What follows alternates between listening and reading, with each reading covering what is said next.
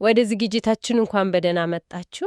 ዛሬ የምንመረምራቸው ምንጮች አንድ በጣም መሰረታዊ የሚመስል ግን ውስብስብ ጥያቄ ይዘው ቀርበዋል። አዎ፣ ይኸውም ሁሉን ቻይ የአጽናፈ ሰማይ ፈጣሪ የሆነ መለኮታዊ አካል ለምን የራሱን ፍጥረት አካል መሆን ማለትም ፍጡር መሆን አስፈለገው? በጣም ጥሩ ጥያቄ ነው። ብዙ ጊዜ መልሱ ለድህነት ተብሎ ይቀመጣል።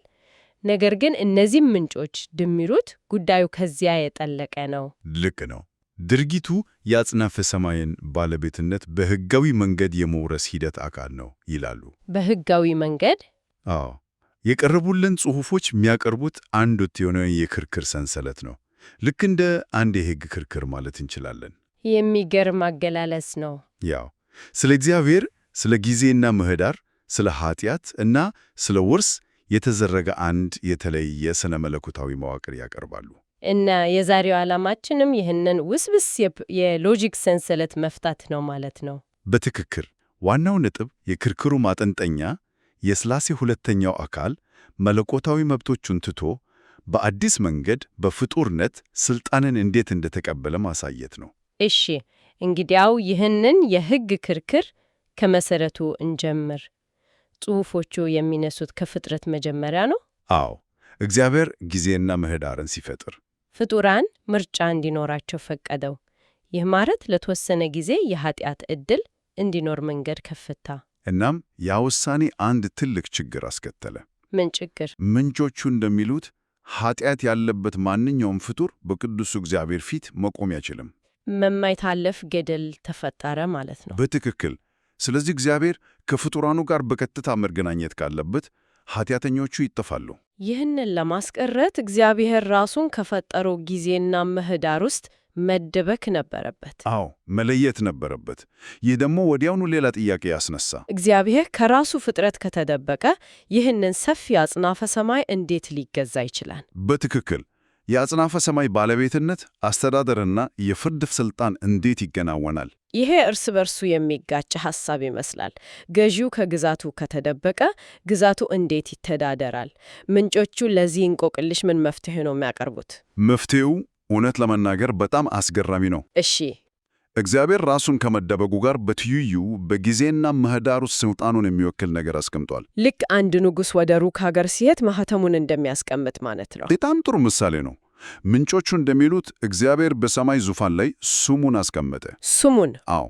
ይህ ስም ግን ተራ መጠሪያ ሳይሆን የእግዚአብሔርን ሙሉ ሥልጣን፣ ባለቤትነት፣ ገዥነትና ፈራጅነት ሁሉንም የተሸከመ ሕጋዊ ወኪል ነው። ስለዚህ ይህ ስም የአጽናፈ ሰማይ የባለቤትነት ማረጋገጫ ሰነድ እንደማለት ነው። በጣም ጥሩ አገላለጽ ነው።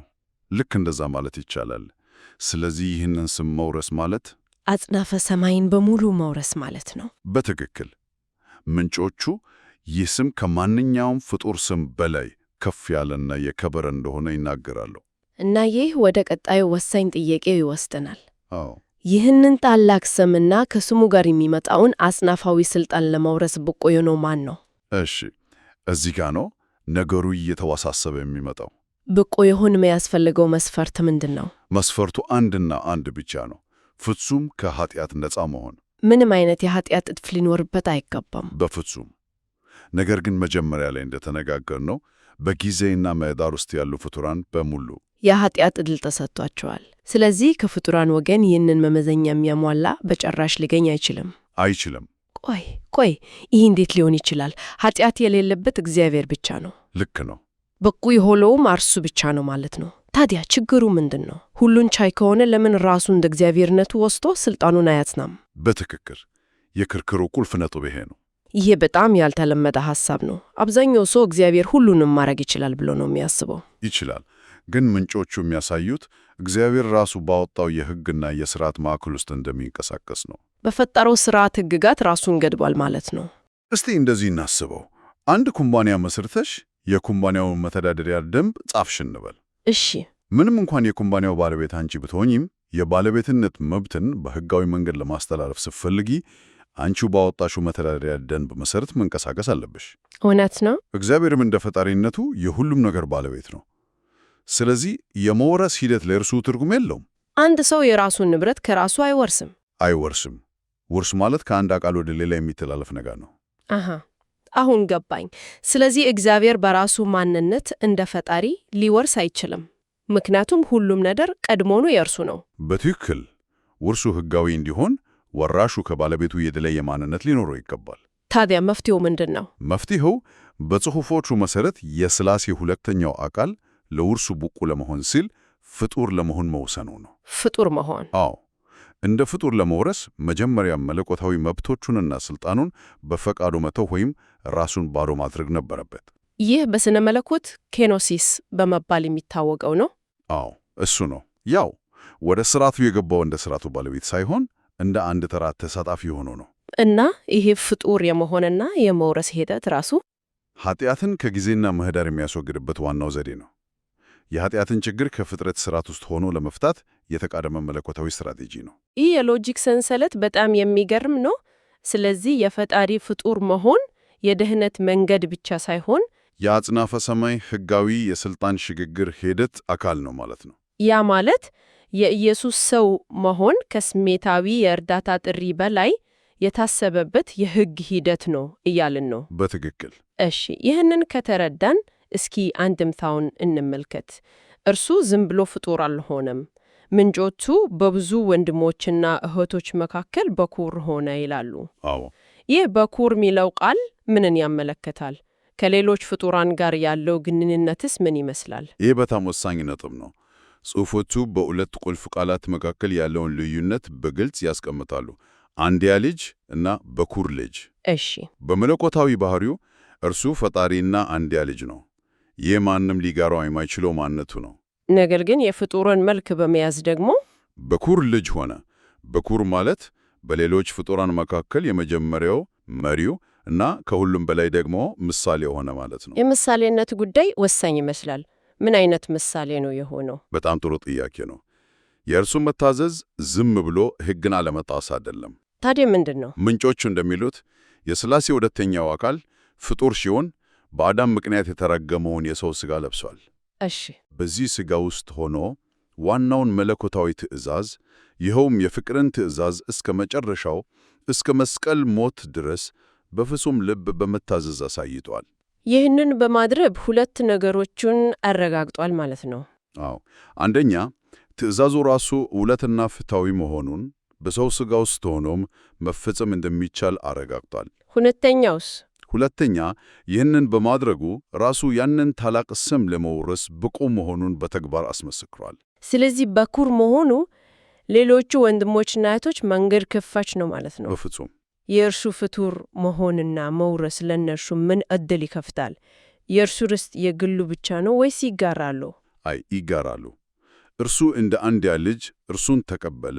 እንደ በኩር ልጅ ደግሞ ያንን ርስት ለወንድሞቹና እህቶቹ ያካፍላል። እና ያ ርስት በምንጮቹ ውስጥ የሺህ ዓመት መንግሥት ተብሎ በግልጽ ተገልጿል። ይህም ማለት እርሱን የሚከተሉ ከእርሱ ጋር በመሆን በዚያ መንግሥት ውስጥ የመግዛት መብት ያገኛሉ ማለት ነው። እዚህ ላይ ምንጮቹ አንድ ለየት ያለ ቃል ይጠቀማሉ። የእግዚአብሔር ሂዮንግ ሳንግ ወይም መልክ ይላሉ። አዎ፣ ይህ በጣም አስተዋይ ምልከት ነው። ከኮሪያ ቋንቋ የመጣው ይመስላል። ለምን ይህ የተለየ ቃል ተመረጠ? ጽሑፎቹ ይህንን የኮሪያ ቃል መጠቀማቸው ልዩ ትኩረት እንዳለው ያሳያል።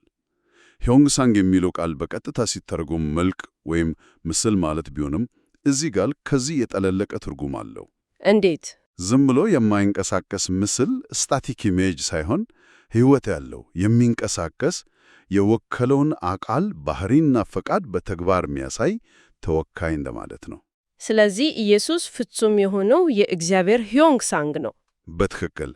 እርሱን በመከተል ሌሎቹም ይህንን መልክ አንጸባርቆ የእግዚአብሔር ልጆች የመሆንን መብት ያገኛሉ። ነገር ግን ጽሑፉ አንድ ወሳኝ ልዩነት ያስቀምጣል። አዎ፣ እርሱ አንድያ ልጅ እንደመሆኑ መጠን ምንጊዜም ፈጣሪ ነው፣ ፍጡር ቢሆንም እንኳ። ሌሎቹ ግን የእርሱን መልክ በማንጸባረክ ልጆች የሆኑ ፍጡራን ናቸው። የፈጣሪና የፍጡር ልዩነት ምንጊዜም እንደተጠበቀ ነው። እሺ፣ አጠቃላይ ሂደቱ ግልጽ እየሆነልኝ ነው። በመታዘዝ በተለይም በመስቀል በኩል እርሱን አገኘ። ልክ ነው።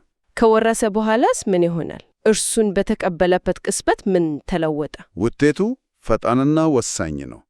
እርሱን በተቀበለበት ቅጽበት ወራሹ ያው ኢየሱስ አሁን የአጽናፈ ሰማይ ሕጋዊ ባለቤት፣ ገዢ እና ከሁሉም በላይ ደግሞ ፈራጅ ሆኗል። ያ ማለት የፍርድ ስልጣን አሁን በእጁ ነው ማለት ነው። አዎ፣ ይህ የፍርድ ሂደት ደግሞ የአጽናፈ ሰማይን የማጽዳት የመጨረሻው ምዕራፍ አካል ነው። የማጽዳት ሂደት ስንል ምን ማለታችን ነው? ይህ የጠፈር ጽዳት ምን ይመስላል? ፍርዱ የሚመዘነው እርሱ ራሱ በተግባር ባሳየው መስፈርት ነው። ይኸውም የፍቅርን ትእዛዝ በማክበር እና በማለማክበር። ይህንን ትእዛዝ የሚከተሉ ሕይወትን ያገኛሉ።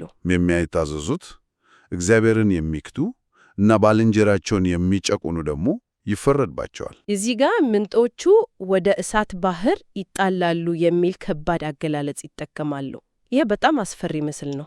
አዎ፣ ከባድ ምስል ነው።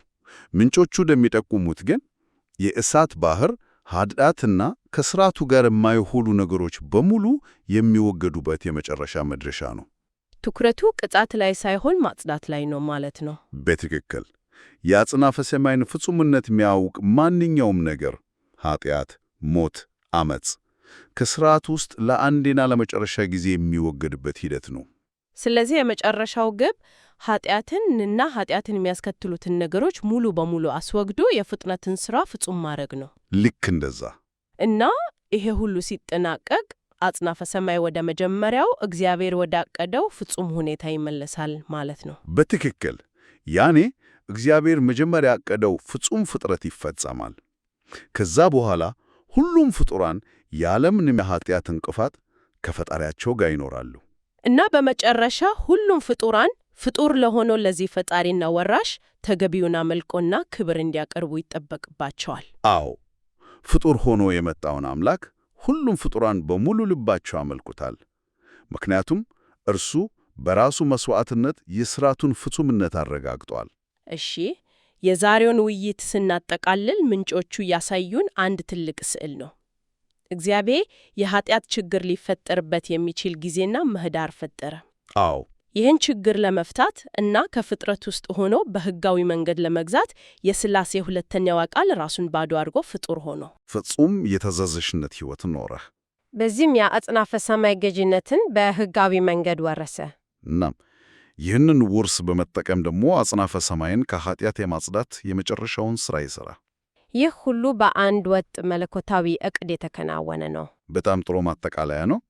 ይህ ሁሉ ሂደት ከፍጥረት መጀመሪያ እስከ ፍጻሜው ድረስ አንድ ወጥና ምክንያታዊ የሆነ መለኮታዊ ዕቅድ አካል እንደሆነ ጽሑፎቹ ያሳያሉ። በእውነትም በጣም አስደናቂ እና አእምሮን የሚፈታተን ሐሳብ ነው። በእርግጥ ጽሑፉ የሚያሳየው ባለቤትነትና ሥልጣን በፈጣሪው እንኳን ቢሆን በሥርዓቱ ሕግጋት መሠረት በሕጋዊ መንገድ መተላለፍና መገኘት እንዳለበት ነው። ፈጣሪው ራሱ የዘረጋውን ሥርዓት አክብረዋል። አዎ፣ ይህ ደግሞ አድማጩ እንዲያስቡበት አንድ ጥያቄ ይተዋል። የአንድ ሥርዓት ፈጣሪ ሥርዓቱን ፍጹም ለማድረግ ሲል ራሱን ለዚያው ሥርዓት ሕግጋት ማስገዛትን ከመረጠ ይህ ስለ ፍትሕ፣ ስለ ሥርዓትና ስለ ፍቅር ምንነት ምን ይጠቁማል?